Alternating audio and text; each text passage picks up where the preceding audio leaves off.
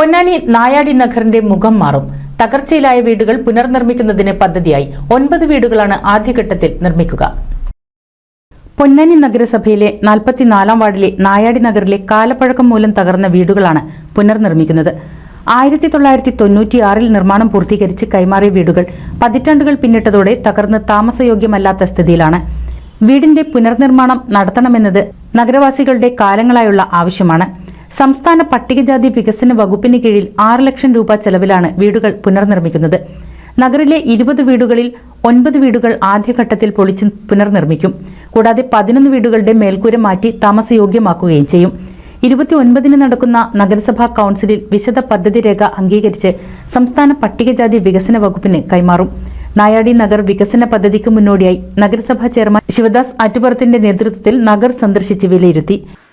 നായാടി വിഭാഗത്തിൽപ്പെട്ട ആളുകളുടെ ഒരു സങ്കേതമാണ് 44-ാം വാർഡിലെ ഏതാണ്ട് 22ഓളം വരുന്ന കുടുംബങ്ങൾ താമസിക്കുന്ന ഈ പ്രദേശം.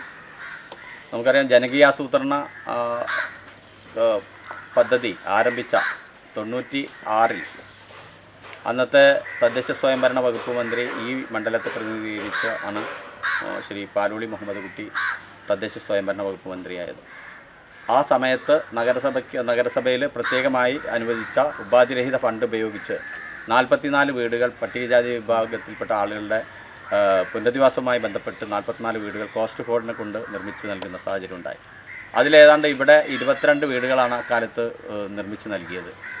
കാലപ്പഴക്കത്താൽ എന്നാൽ 96 മുതൽ 2024 എത്തുമ്പോൾ ഏതാണ്ട് നമുക്കറിയാം 28 വർഷം പിന്നിട്ട് കഴിഞ്ഞു. ഈ 28 വർഷക്കാലം അതിൻ്റെ ഒരു എന്താ പറയുക, കെട്ടിടത്തിൻ്റെ ജീർണാവസ്ഥ ചോർന്നു വലിക്കുന്ന വീടുകളാണ് പലതും.